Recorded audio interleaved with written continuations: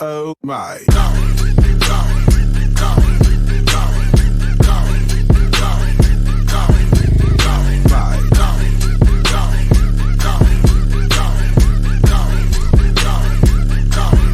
Oh my.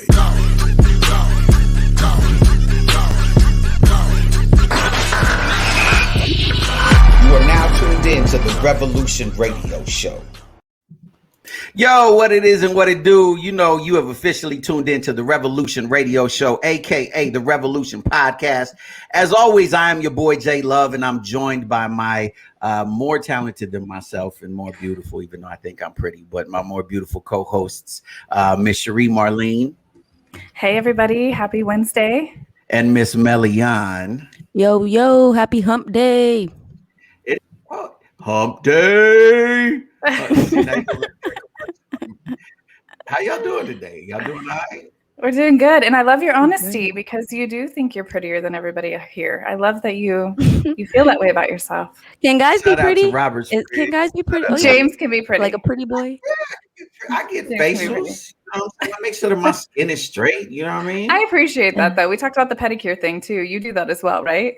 Yes, I believe that you should keep everything your cuticle suitable. That way you can stay beautiful. You understand? Something real funny. My mom used to do nails, and she said this big, like Samoan, like half Samoan, half black guy came in. Say it like big. your mom. Say it like your mom. Say it like your mom. No, don't play me. No, but say it like your mom. I'm gonna tell you what she said though, because he came in and he wanted a pedicure. She said, "Technology, can you hear me? Gonna get it better." But I hear her. Yeah. So he was like, he wanted a pedicure, and my mom said, "Oh, you want barbecue?" And like it was funny. He was like, "No, don't grill my toes. Don't grill my toes." So it was funny. Now when I think of men getting pedicures. On Facebook, Robert Spriggs said that y'all look better than me. I see that. Shout out to Robert. What up, Robert? Thank you. Whatever, man. Whatever. They're a hater. But check it out. So it is Wednesday, the 24th. We're still in Black History Month. You know that I'm going to beat y'all over the head with all this blackness. So today we are highlighting, all month long, I've been highlighting people that you might not, everyone's heard of Martin Luther King and Malcolm X and Rosa Parks. We all got them. But I've been giving y'all, so you understand the fingerprint of Black folks, not just in America, but around the world. So this next gentleman I want to highlight, do you understand? It is almost impossible for you to watch television and not feel black magic. I call it black magic because we are highlighting Dr. Joseph N. Jackson. And yes, he is a Jackson because he invented the remote control, ladies and gentlemen.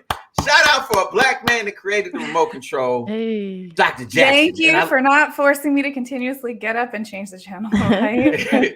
Hey, for those of y'all who grew up around the same time as me, if you were born in the 70s, you remember once upon a time, you would have to go to the TV with a pair of pliers. See, y'all don't know about this. No. And it would be, you'd have to, because you were the remote control for your mama. So your mama would say turn, but at least there was only like 4 or 5 channels back then. And you had to with it. And there was always a big TV that didn't work with a little TV on the top. Don't ask me why we did that. But everybody's house I went to had the big TV with the little TV on the top. And when your mama say change the channel, you would have to be the one to get up. So shout out to Dr. Jackson that I don't got to get up no more. I can sit on my butt and I can just do the thing. All right, Black magic, ladies and gentlemen.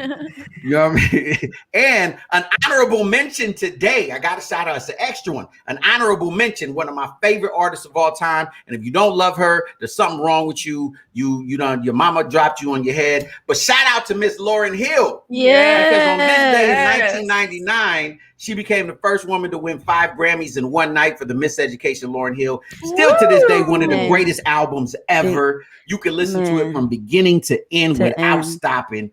It is bananas. You know what I'm saying? So, it is absolutely, I got to shout out Miss Lauryn Hill. Matter of fact, quick, and now because I want to jump into this because I can't wait for the day. I've been waiting. I've been like a little kid for today's episode. But I saw Lauryn Hill right before the pandemic. One of her last concerts. Yeah, before the pandemic with Dave Chappelle. Because that's I go to events like that. Yeah, you understand? We got it. And so I want to give y'all a tip. I'm gonna give y'all a free tip. Okay. So what happened is that it was at the Rose Bowl. For those of you who have ever been to LA to the Rose Bowl, but you know, like any stadium type thing or whatever, sometimes the seating is a little bit tight, you know. And even though I done recently lost a little bit of poundage and I'm still working on some more, you know, I'm a little bit of a thick kid. You understand what I'm saying? I'm a little thick, right?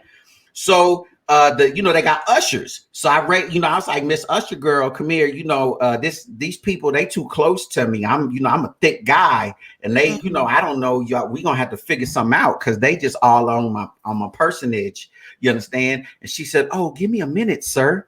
Hold on, let me see what we can do for you. I said, I would really appreciate that. Kimberly, Becky, Amber, whatever your name is, Apple, I don't know. You know what I'm saying? I'm being real, you know, stereotypical right now. But anyways, so she came and she comes back and she goes, oh, I got new seats for you. Right. So I was like, oh, okay, cool. So I thought they was gonna be like a couple of rows, you know, in front of me. This heifer brought me up to the third row. Thank you, Jesus. So the moral of the story is gain some weight so you can get some better seats. I mean, gain some weight.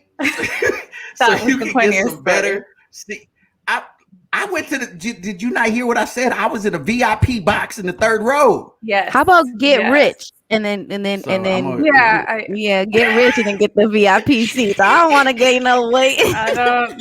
Please disregard that message. It is only J-Love approved. Only J-Love. So that being said, let's jump right into our show today. I'm really excited because this is an issue that's close to my heart, something that I've dealt with throughout my life. And I think it's something that we need to have a discussion about. So today we are going to be talking about police reform, police brutality, defund the police. Like, what does that mean actually? And we've been blessed enough that we actually have a couple of officers that have agreed to come on and discuss this with us. Because a lot of times we just talk amongst ourselves and, you know, we do a lot of barking and, you know, but there is never a solution unless we have both sides. There'll never be a solution unless both sides are a part of the conversation. So allow me to welcome, ladies and gentlemen, welcome right now, Officer John, well, actually former Sergeant, and Officer Felipe to the show. Fellas, welcome to the Revolution Radio Show. How you doing today? You definitely got to play your siren now. Yeah. Yeah. You got the cops. You got to play the siren. Not even ready. Okay, this is Officer John and Officer Felipe. You guys gotta get this. Appreciate that. Thank you. Welcome to the Revolution Radio Show. I'm glad that you guys were able to come on. I appreciate you guys for being brave enough. You know, because a lot of people would shy away from something because it may feel controversial. But revolution and change is never comfortable, but it is necessary. Right. So I'm going to jump right in because I got my very first question and I'm just going to put y'all feet to the fire immediately. You know what I mean? So right off the bat, and I'm asking you as actual law enforcement, can we agree that there is a history of like a bully culture or abusive culture within police departments across the country? Either one of y'all can answer that. Yeah, absolutely. I mean, you can't deny. You see what's going on in history back to Rodney King, everything that's current up to George Floyd and everything else that's going on. You can't turn a blind eye to it, and that's something that we have to address. You know what? The reason and thank you so much. Yeah, I appreciate you saying that. I appreciate you saying that. Because like starting with the truth is you know, and it's different you saying it than me saying it because I think it carries a lot more weight and chance for, you know, the opportunity for hope in change. The fact that because I know if you acknowledge that means that there must be other people like you that acknowledge that within departments across the country, you know. And I just want to follow up real quick with my next question because I know they got questions and we got a lot to talk about. But so if that being said, can we agree then that anyone who is in violation of the law, even if they're officers, even if, you know, because I want to definitely later talk about qualified immunity and what you guys think about that. But do you think that even if you're an officer, if you violate the law, you should be held accountable? Oh, yes. Yeah. Everybody, we're law enforcement officers. We're not above the law. We just enforce what law is out there. It doesn't make us above the law.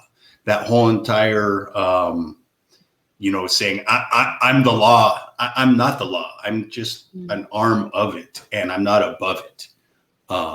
We all need to be held accountable. It's just because I'm a cop doesn't mean I'm immune to it. I have to be held accountable. Have you seen in your career, though, that maybe some of your coworkers feel that they are above the law, or in your entire history of working in law enforcement? I would say yes. I've seen some that do tend to abuse it, and I'll be the first one to say, like, I've been pulled over, and if they know me or something like that, like, hey, just slow it down. Right. So does it happen? And do people abuse that? Definitely. If I got a ticket when I get pulled over, am I going to be like, what, I'm a cop? No.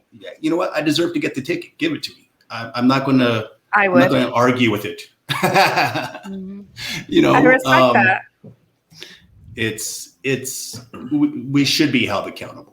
Yeah. And do you think it's the responsibility of those within or within the department or those outside of the department to fix that problem, address that issue?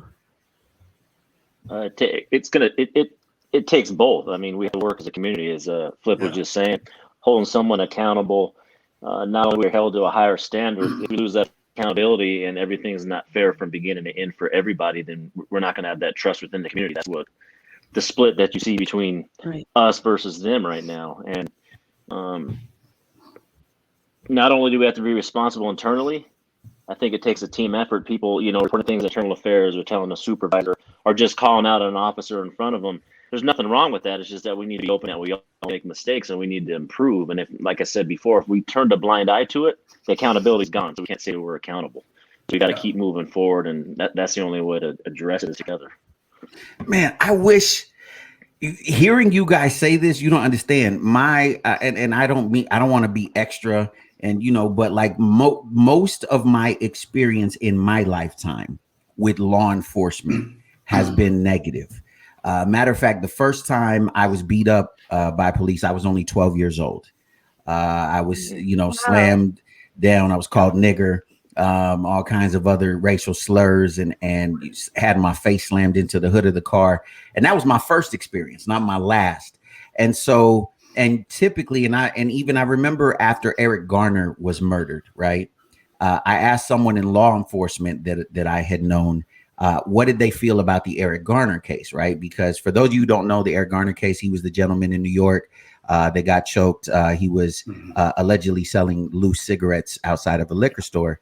And so my question that I posed to the officer was, hey, for loosies, which is what they call it in New York, like, was it worth it, him losing his life? And the response, and this is why what you're saying for me resonates so heavy. And I'm so grateful that you're saying this from this officer was two things. He said, number one, it was an infraction of the law. Right. And so basically putting it back on Eric Garner, like it was his fault. And he said, well, things happen. Right. It was if he wouldn't have infracted the law, they would have never. And I'm like, for selling loosies. Yeah. Wow. So what do you guys feel about not diplomatic immunity? Why did I forget the name of it? Qualified immunity. Qualified immunity. And for those of you out there who are listening, qualified immunity means, and maybe you guys can explain it better from the law enforcement standpoint. My understanding of it is, in a nutshell, basically, police have a certain amount of immunity when in the moment of duty, right? Like, so if they're doing something on the job, basically, it kind of shields them from accountability if things go wrong. Is that correct? Yeah, to a point. I mean, it comes across we're protecting us from frivolous lawsuits. And I think the problem that everybody's having around the country with qualified immunity is if myself or others found some excessive force or police brutality, we're getting an Eighth Amendment stuff, you have to find a case that matches it. And that's difficult to do. So the community is getting angry because they think that we're just protected all the time.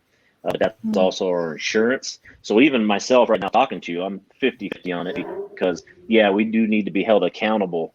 But at the same time, on the other side, it seems like everybody wants to take away all of our protections. And then you folks out there speaking to us saying, hey, you're getting protected. You guys aren't being held accountable. So you guys can do anything you want because you know you're not going to be found guilty or be held accountable later. So that's something that still needs to be discussed. And the qualified immunity goes differently within each state. And then, of course, we have it federally. Yeah. And like John was saying, it's what people don't understand with if you take away all of qualified immunity. So let's say I pull somebody over, guy takes off running, I chase him, tackle him, he breaks his arm. Did I do anything on purpose to cause that injury? I mean, I tackled him, but it wasn't anything I did out of, just to hurt the person. It was kind of like an accident while I was tackling him. Take him into custody. So he turns around and sues. What usually happens is he'll sue the department. My name will be listed on that lawsuit. And then eventually when they settle or whatever for a certain amount of money, my name is taken off the lawsuit and the department basically pays the money. If you take away qualified immunity, now he can sue me personally. So now I did my job. I didn't do it with, any intent to hurt the person, but now I'm getting sued and I have to protect myself. And if I end up losing, I could end up owing him, $100,000. Oh, I don't make that kind of money. So to me, in the long run, that's going to hurt police departments because who's going to want to do the job when even if you do it right, you can still get sued and end up having to pay out, thousands of dollars. So to me, in the long run, you're going to end up getting even worse candidates to be police officers than you have. And it'd probably lead to a bigger problem than what you have now. Damn, worse candidates then. Yeah, I mean, that's just my right. That's my idea of where it will go if you take away all of qualified immunity. Now, I agree with John too, though, does some of it have to change? Obviously it does. Because, you're looking at some of these cases that are going, and I'll be the first one to say, like, some of them I'm like, that guy should not be a cop. That person should not be doing the job. But then, they end up being found not guilty. And so I think there does need to be a change. Well, take, for example, and I'm sorry, I don't mean to keep, but take, for example, the George Floyd case, right? Right. This particular officer had several, you know what I mean? And it just like you look at cases like that, and I know, and this is what, and like I'm doing my best to be responsible, and because I understand that I'm very, very passionate and very, militant, and but I don't want to, because I don't like people painting a brush on the other end. I don't want to paint a brush and be like, yo, all cops, damn, I don't want to do that, right? But there has to be a place where, like, at least, I don't know, common sense, or maybe on a case by case basis, because otherwise justice isn't served. Because I know everyone always throws out Chicago. What about Chicago? You guys get mad at the cops, and I'm like, okay, but if say Pookie shoots me, right? Realistically, if Pookie does it on camera, right? There's 32 camera phones, and Pookie does it on camera. Pookie gonna be found accountable for that. Whereas Officer Williams, chances are, and I'm just saying based on historically speaking, Officer Williams is not. He might get, have to do desk duty for a couple of weeks or a month or whatever. But at the end of the day, Officer Williams skates. And so I think there has to be some kind of a balance in, the entire system, because it's not just like the year 2020. It's not just the 2000s. It's not just the 90s. I mean, we can go back to Emmett Till. We can go back before that. So, here, I guess here's my next question. Then I'll let you guys. I'm sorry, Cherie, and I know Melion, you guys got some questions. But what can we do? And I'm speaking to you specifically as officers about eradicating this thing that we've heard about called the blue line, where what comes first is justice, not the blue line.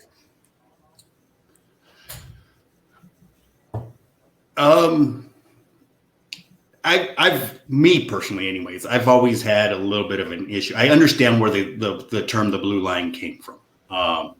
because for the most part, we're out there dealing with people on their worst day, and we as police officers need to stick together. People are in crisis whenever they call us. Whether it's a domestic violence. I mean, I've been called to people who have called us and said, hey, my 11-year-old doesn't want to go to school today. That person has lost all control and has said, I'm in such a crisis right now. I don't know what to do. I need the cops to help me. So I get where that came from, but I've always also disagreed with the term, the blue line, because it makes it sound like we need to stick together no matter what. And that's what's got us into these problems is people are turning blind eyes to cops that are doing bad things and cops that are, violating people's civil rights. And we can't do that. We need to speak out against each other too and stand up for what's right. Because that's what our job is to do, is to protect the community, protect the people we serve. And if that means we have to stand up against each other, that's what it means. I'd rather work with a bunch of good cops, that are out there doing the right thing and out there for the right reason. A to the men. Mm-hmm. Sarge, were you gonna say something, Sarge? Okay, I thought something like that. I think to add the flip, you got to diversify pretty much the culture, and we have to reform it, as opposed to having pride in your department or the. Say that again. Say that again. So you got to diversify your culture and you got to reform it, but at the same time, you can have pride in what you work for and who you work for. But as soon as you guys see something wrong, that's the problem we're seeing right now. I can name case law off the top of my head. When you're seeing that you need a duty to intervene, and let's go back to George Floyd, because that gets me amped up right now. Yep. Chapin does not represent us. Doesn't represent us. Nope. That is the not at all worst. I want to punch my TV when I saw that. That doesn't define who we are. And I think for every person in America, the Floyd family, people of color, of course, they're going to fear the police after they see that. And that's something that we have to have a goal to reform and to fix what we have done wrong in the past, present, and make sure it doesn't happen in the future. If we don't do that, again, we will have no trust. And then we don't have any pride in our profession. And once we don't fix any of that, we cannot move forward at all. It's not going to happen. Yep. It's so amazing to hear you guys say this, because I've never heard this coming from law enforcement. Yeah, before. you said it pretty. You said it pretty passionately. Have you ever witnessed, a fellow officer do something like that? And what did you do? I mean, not to put them on blast. You don't have to say their name, but like us. No, I won't. We'll just say they're no longer a law enforcement officer. I'll tell you that. Yeah. Yeah. So, like I said, the one time I saw, I'll get little law. Yeah, law block, a little due to intervene. We got Jones versus Harper, Sanders versus Cunningham. I'll bring that up from 2003. And everyone's talking about duty to intervene. We should have been doing that ever since before Rodney King. Wow. It's gone away, and that's where everyone's having trouble with the thin blue line. He's no longer a law enforcement officer. The next question you're going to ask me is, what did I do about it? I braced him up and confronted him on it, and then I reported him, because he does not define who I am. Thank you, He Jesus. does not define, and one bad apple makes the rest of us look bad. And everybody out there that's on the other side is going to say, oh man, John and Flip are tattling. That's what you guys expect of us, to hold us to a higher standard. Yes. We can't do that Absolutely. ourselves. It's not going to happen. Wow, thank you for that. And to go off of that, the guy that I saw do it, he's no longer working either. But those to those ones that are saying, oh, we're tattling, you know what? If you think I'm tattling, those ones, and it's not everyone, it's not every cop that's saying that. Mm-hmm. It's the ones that are doing that are doing the wrong things that are going to say we're tattling. Because I'm not tattling on anybody. Of course. I mean, you go and tell somebody what I did. I mean, even with all the cameras and stuff out there now, people are like, "Aren't you?" I don't care if I'm being recorded. I'm doing my job the right way. Yeah. And to be honest with everybody here, the most you're going to get is you're probably going to go back and be like, "Man, that guy cusses a lot." That's what you're going to get. That's, and I'll be like, okay, you can reprimand me for that, but you know what? I do my job the right way. And those that are sitting out there that say, oh, you're tattling, my advice to you is maybe you should find another job. Yep. Well, I have a question. And my other thing to add to that is, go ahead. No. Go ahead. Add, and then I'll have just to add to it is, we're also doing that person who's not in the department that we're talking about. We did them a disservice because early in their career, whether in academy or in their career, what did we miss that they weren't taking accountability for? They kept getting away with it. They got their hand caught in the cookie jar. The problem becomes bigger, and then they start to become empowered and think that it's okay. And then the stigmatism is off to everybody, and everybody thinks it's okay, and then that's where you start having a problem with the culture. You got to nip it in the bud. I'm teaching cadets right now in the academy and telling them about duty to intervene, and also the same thing, man. We can talk about law and all this great stuff. If you don't have compassion, humanity, common sense, and you can't communicate, then you don't belong in this job.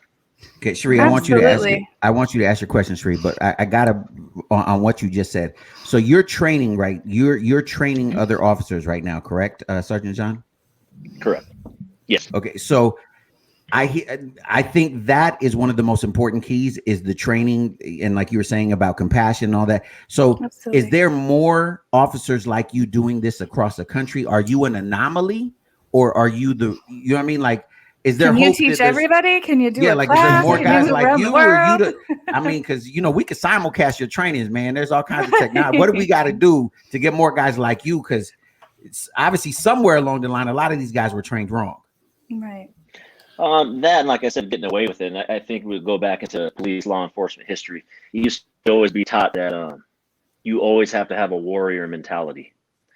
And you know what? We get shot. You have to have a warrior mentality, but you better be able to turn it off and get that guardian mentality. We are protecting the community. Turn it on and off. And like I keep telling people, yes, we're going to be authoritative to a point, but you don't need to do that all the time. Everyone keeps talking about these community policing models. I tell people, get out of your car and go talk to business owners, go talk to the community, go talk to them on a normal level and have a normal conversation with them. And it's not always a place of authority to where people are fearing us. And every time I see someone in uniform, just like you, James, you dealt with it at 12 years old. You don't trust police. How are we going to go ahead and get rid of that culture? And everyone's asking for me to train and do all that. The problem that we're asking people, reform or any change, especially with the culture around the nation, because we're not all, training is different across the nation. It's going to take time, and it is a painful process.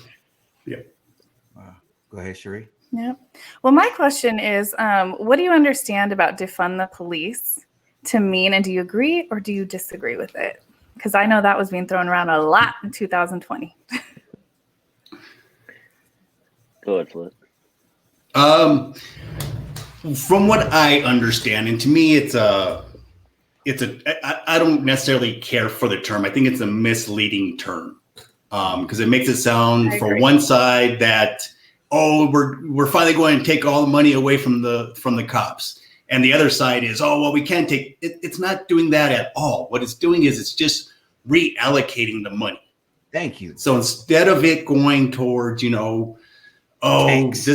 yeah, exactly. Instead of it going towards stuff like that, it's, hey, let's move it to where it can be used better. Social workers, mental health training, even just regular health and everything like that. It's going to go to things that in the long run helps us out because it takes away things that most of us aren't trained to do. I don't have, a degree in any kind of mental health or anything like that. So when I go to that call, I just go off of what I've been trained off of for a week of training. Right. So it doesn't actually mean take away the salary. It just means the funding that's been going to the entire department is what you're saying. Right. It's going to be. Yes. Got it. Yeah, they're not going to. I'm not going to go in tomorrow and they're going to tell me, sorry, we're taking a $10 pay cut for you. I'm like, no. Got it. And I think it's talking more generally to the general budget. I don't think we need to take money away from it. So everyone's going to talk about mental health and social workers. I agree with it. But at the same time, people are forgetting pretty quick that we respond to a broad range of public safety issues and serious crime. And if we abolish or defund the police, there's going to be a delayed response no matter where you live, especially lower socioeconomic areas. And when people call 911, it might not always be there. We need to add resources to law enforcement so that way when they get there, either clear the call, they see someone in mental distress or mental health crisis, the police need to back off and a social worker can take over the call once the call is safe. And a lot of people, I just had a meeting the other night, no one's even been asking social workers if they want to go in there and deal with a violent paranoid schizophrenic until we clear it. Not saying we got to be there the whole time. We got to be very careful with that. Yes, we're seen as a place of authority. And on the other end, no family wants to call 911 when their family member's in a mental health crisis and it ends up in a deadly force issue. That's what we're trying to prevent. So we need to add resources. Got it. Thank you. This I don't know about anybody else listening, but this for me is definitely being extremely helpful. I want to add real quick on what you were saying, Sergeant, about the community policing and whatnot. I will say I did have one really positive experience. Shout out, and Felipe, you might remember this gentleman. When I was in high school, there was an officer that was assigned to our school named Detective Newbill. And I'll never forget, at the time, allegedly, I may have been a gang member. I can't confirm nor deny. Oh my God, James. But what I remember about Detective Newbill is that he would always come and talk to us with respect. Like, he'd be like, "Hey guys, how you doing?" He never acted quote unquote like a cop. He always came from a posture of just trying to be friendly. He was doing his job and kind of making sure we weren't doing nothing, but he always, and he made it a point to learn our names. So when he addressed me, he would say, "Hey James, how you doing today? How's your mom doing?"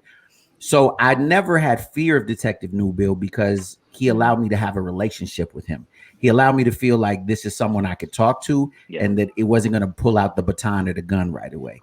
And that made a huge difference because the school I went to was in the middle of a gang district, right? I grew up in a neighborhood called they to this day affectionately called the War Zone. And so we had a lot of those kids from different gang areas, but our school should have had a bigger gang problem in terms of fights, but we didn't because there was this calming presence by Detective Newbill that people knew. It was almost like a respecting, we knew oh, there's Newbill, don't let nothing go down right now. So I guess going back to that community policing where you do know the people in the community that you're policing, definitely I've seen firsthand makes a difference. And there was that white officer on Instagram that went viral. Did you guys see him or hear of him? That he would go into the neighborhood, especially of the ghettos. I think he's in the East Coast somewhere. I forget his name. He was this bald guy. Basketball? He would play with the kids and basketball. Yes. Did you guys hear that? Yeah, so it's kind of like that. They loved him. Yeah, and that's what we need. And I was thinking about it today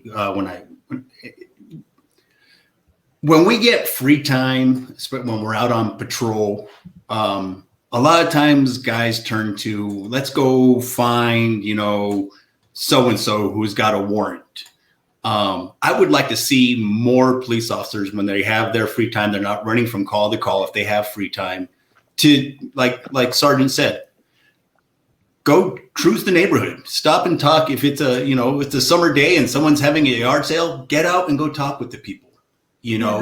Go to the parks and talk with the kids. Just interact with people, even if it's only for 5 or 10 minutes. Yes, that makes a huge difference. I agree.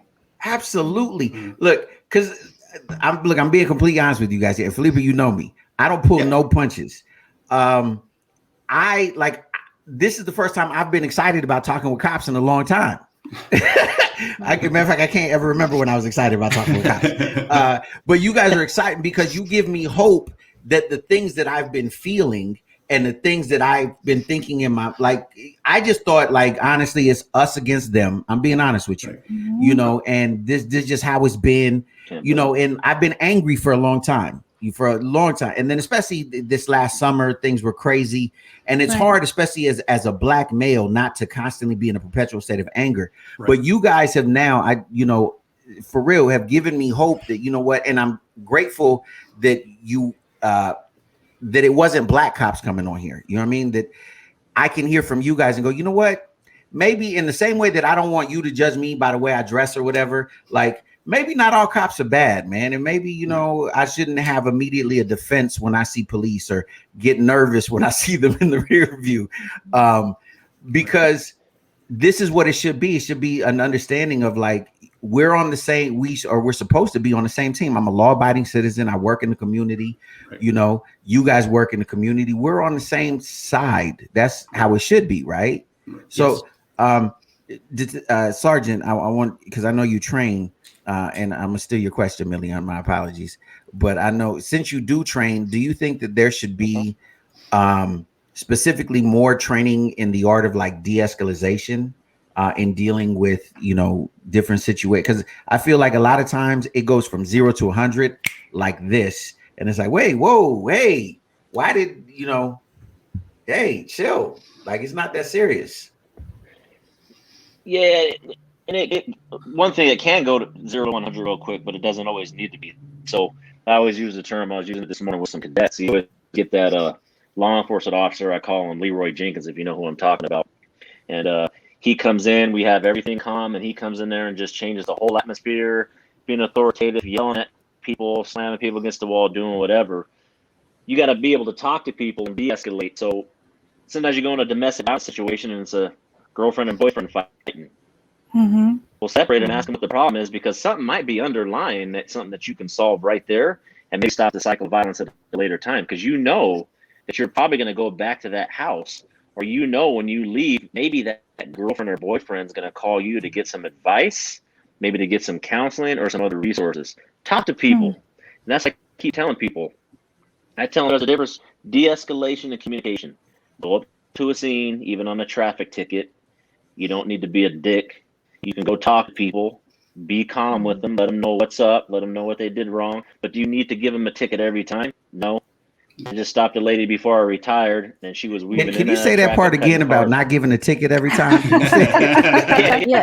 Why did I know you're going to say that? Yeah, is quota, is meeting quota a real thing? Is meeting quota a real thing? No, there's no meeting quota. No. Yeah, so it's not true, the whole beginning of the month, end of the month thing. No. I've heard that. I heard that too. I'm pretty sure a lot of our listeners think that. Right. There you go, listeners. Now you know. Yeah, no quota, no quota. Yeah. If you talk to a lot of law enforcement people other than traffic, for me, it takes something serious if you go maybe 55 and a 25 through a neighborhood for me to even pull you over. If you're going 55 and or 60 or 75 and a 65 in the interstate, I'm not going to bother you. I don't really care. It's the interstate. But my thing is, let them know, because we had a lot of road rage incidents here. They're cutting people off, not signaling, bringing people off the road. So I pulled her over, and she started yelling at me right off the bat. I said, "Look, this traffic stop can go to what you just had to say she. I have not been yelling at you at all." Had to say she. Jay's always clowning on women. This is just a side question. She or he. this is just a side question. What I'm saying is that you can tell them, yeah, we're just telling them that slow down. We don't want them to be a victim of robots. So there's no need to give a ticket all the time. And at the same time, for you guys, there's no need for us to lecture all the time. Grown men and women, you don't need to lecture you all the time. On the she thing, can we just make it a point, like if we are going to ticket or arrest anyone, can we just arrest Karens? Can we the problem is they're not all named Karen. Because I've had a few Karens in my life, like that needed to go to jail just for at least a day. Yeah. Haven't we all? So let me ask you guys this. I know that your job is dangerous, you know what I mean, and that you guys put your life on the line. And my response would always be, because I've gone to a lot of the protests and I've spoken to a few or whatever, and my thing would always be like, well, you chose that, right? So I guess here's my question: knowing that this is a job that is a thankless job, right? Like many other professions, but speaking to you specifically, why did you choose to become an officer? I will say that I'm not one of those ones that grew up wanting to be a cop. Growing up in the war zone, I guess I always had a respect for cops, but I never really, to be honest, I never really liked them.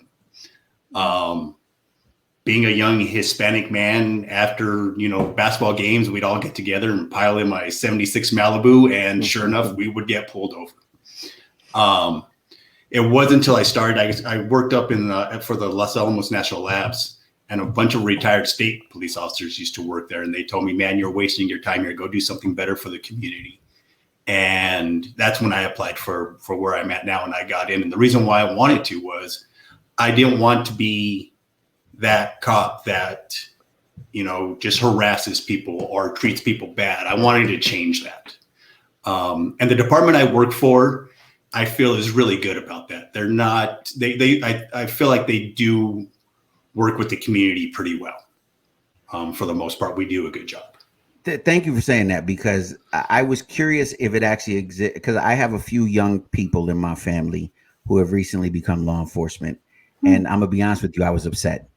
And their whole reasoning was like, I want to be different. You're proof to me that they can be different. Right. My assumption was like, you're going to get in there and you're going to turn into the same thing like all these other guys. But you are proof to me that I can go back and actually be proud of them and be like, okay, go do this thing, be the change that we want to see. Because that's what they told me. And I was like, yeah, whatever. Absolutely. Let me put on that. I just at the CM Law Enforcement Academy now, and we're helping Albuquerque Police Department with their culture issues and their reform. And I told these last cadets that just graduated this past December, I said, the motto for your class is you are the change. Wow. And what was interesting is when I asked a lot of those guys why they did this job, it almost brought tears in my eyes, because they really cared. It was someone within that community, like James and Flip from the Southeast, that lived there in the war zone. And they got tired of their community always being pretty much dogged on or looking on negatively when there's so much culture there and so much good stuff there also. They got tired of it. So they wanted to be the change and go in there and actually be a positive influence and let people know, hey, you can actually be a law enforcement officer and be a cool dude. It's okay. Yeah. You know what? I might have to arrest you, but at the same time I arrest you doesn't mean I'm going to disrespect you. I'm trying to change something and the behavior that you're doing. Hopefully we can correct it. And it doesn't always have to be jail all the time. Everybody wants to talk about incarceration. Maybe you just were a stopgap in the middle of an argument or something else and save someone's life, or as an example for somebody. So they're the change.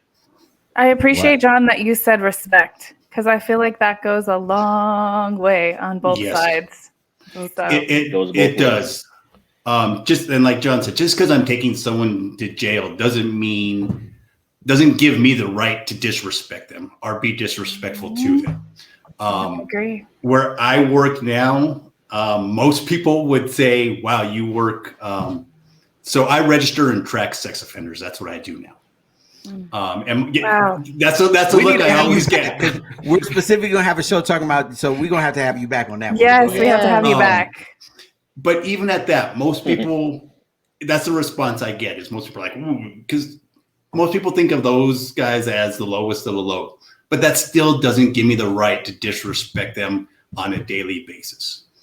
I do my job. Then I applaud you. And I agree. I think most people, before I even took it, I was like, I don't know if I want to do this.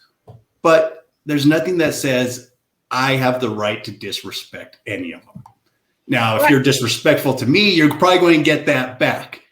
But respect, you can't just disrespect people because you wear a badge. That's not. I applaud your professionalism and also just your care for humanity, because really that's what I hear when I hear you explaining that. Well, thank you. You are very different. And it is. Absolutely. Hey, if you're just tuning in, this is. What Flip was saying is. Go ahead. So real quick, guys. If you're just tuning in, this is the Revolution Radio Show on 102.3 FM KCA. We're talking about police reform, defund the police. We're explaining what that means. This has been a great conversation, but I got to stop for 2 seconds and pay some bills, and we'll be back in just a second. Exotics Wellness. From massage oils to bath bombs, from drops to pain bombs, everything you need in exotic CBD wellness. Go to www.queenexotics.com. That's www.queenexotics.com. queenexotics.com or Queen Exotics on Instagram.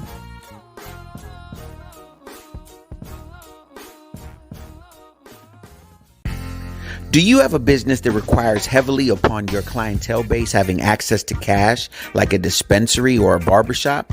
Or maybe you're in the market for one of the new cutting-edge Bitcoin ATMs or self-serve kiosks. Whatever your ATM needs, reach out to my man Guy, the ATM Guy, at 855-4ATM-GUY. That's 855-4ATM-GUY, or online at www.atmguy.net.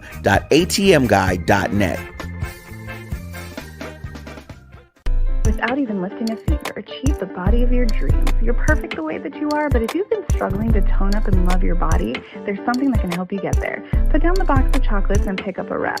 No, not that kind.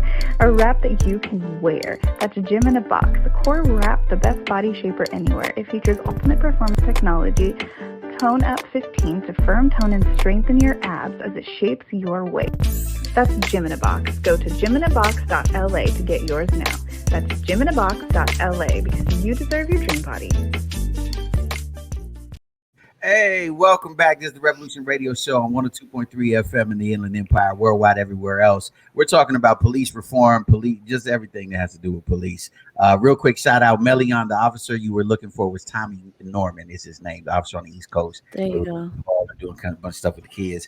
But we're running down. We're about 9 minutes out from the end of the show. Can't believe this hour went by super fast. Wow. It did go by fast. Dopest conversations we've had. We're probably going to have you guys come back for part 2. Definitely got to have you come back, Felipe, for the sex trafficking thing, because that's a whole nother issue that we got to jump into. Because that's where I would be a bad cop, because I know I get these cats in the car and then I'm like, he busts his eye. I don't know what happened. His eye busted up. I don't know. I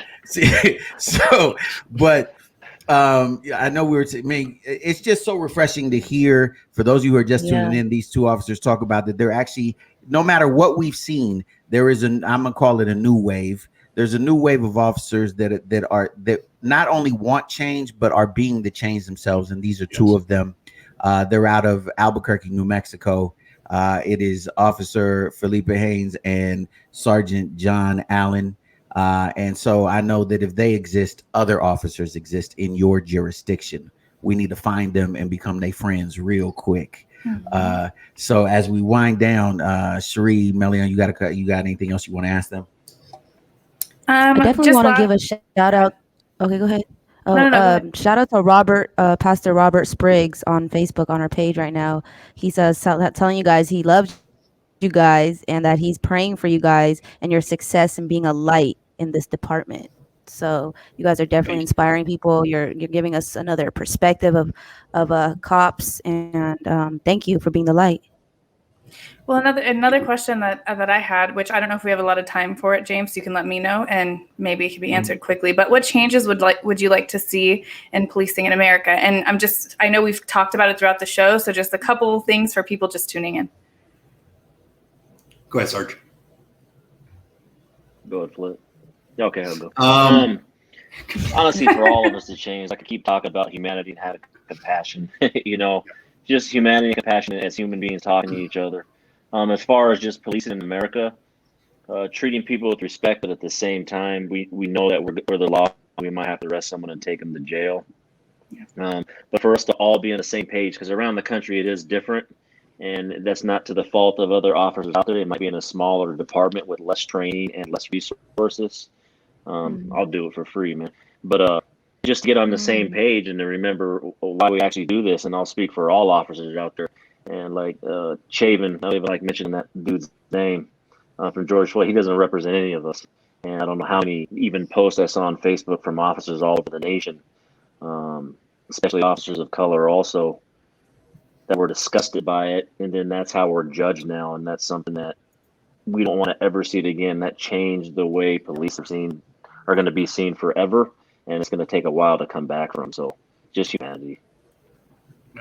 Thank you. I agree. Treat people, I was raised, treat people the way you want to be treated. Absolutely. Amen. And it's the same thing here. Treat people the way you want to be treated. When I was in the academy, my drill instructors always used to say, when you're dealing with someone, talk to them like you would want someone to talk to your mom. Yeah, that kind of respect. Yeah. You know, don't talk to them. And there are times, and I'll be the first to admit it, I've probably failed because we're humans. Right. But you know, there are times where you're dealing with people and you do have to talk, not like you would talk to your mom. But that's, if they're speaking to you that way, a lot of times that's what they understand. Unfortunately, some people were brought up with their parents cussing at them and talking to them that way. That's what they understand.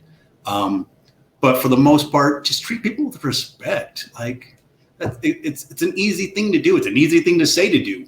Just treat people with respect. Thank you. I'm just so glad that you guys came on today because, like I said, it's definitely, I don't know about you girls, but it's given me a different understanding about the state of policing. Because, like I said, I know that in the same way that I take it upon myself that I know that when I'm in public, I represent everyone who looks like me. So, which means when you see me, you have to take the assumption that there's others like me, for lack of a better way of saying it. I have to assume that there's more officers like you, which gets me excited because it doesn't, you know, especially in raising boys, I'm constantly in fear and but I don't want to raise them to be like, yo, it's us against the cops. Because I found myself doing that, to be honest with you. I found myself like maybe, unknowingly or whatever, or sometimes knowingly. And I'd have to catch myself and consciously catch it and be like, wait a minute, I don't know if that's healthy for me to, you know what I mean, for me to talk that way. And but it's because I didn't have any place to look. And so I'm grateful that I can look to gentlemen like you and say, okay, we definitely, that we might have experienced certain things, but that doesn't have to be our reality moving forward. Right. So for those of you out there, I want to encourage you on the law enforcement side, take these guys example, and follow in their footsteps. It is possible for you to be an officer, to be compassionate, to walk with dignity, to treat those that you're dealing with respect, even if they're not necessarily respectable people in the streets. We don't have to constantly feel like police are the enemy, and even more so beyond that, that when we engage with them, that this might be the last moments of our lives, because that's how a lot of us feel at times.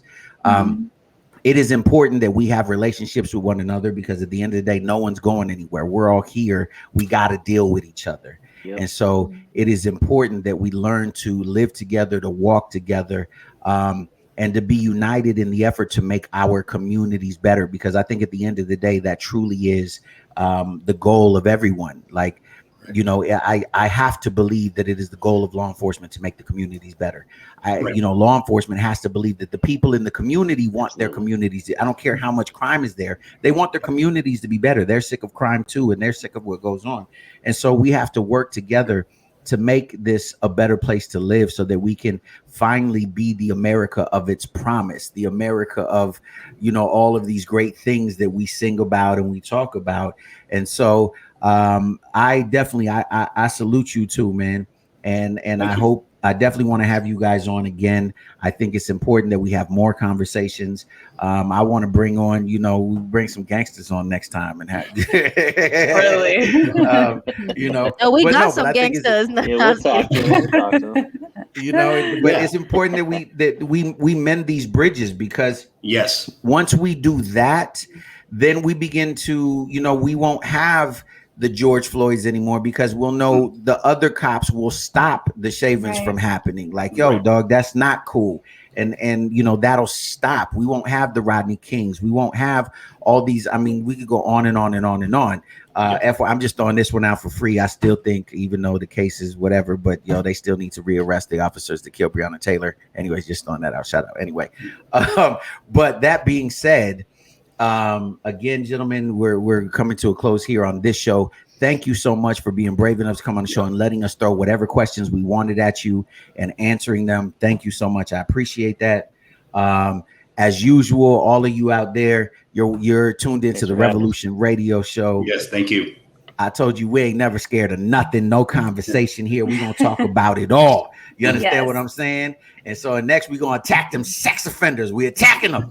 We coming at them full force. But until tomorrow, thank you guys for tuning in. Please tell all your friends about this. Share it with them. This is an important episode.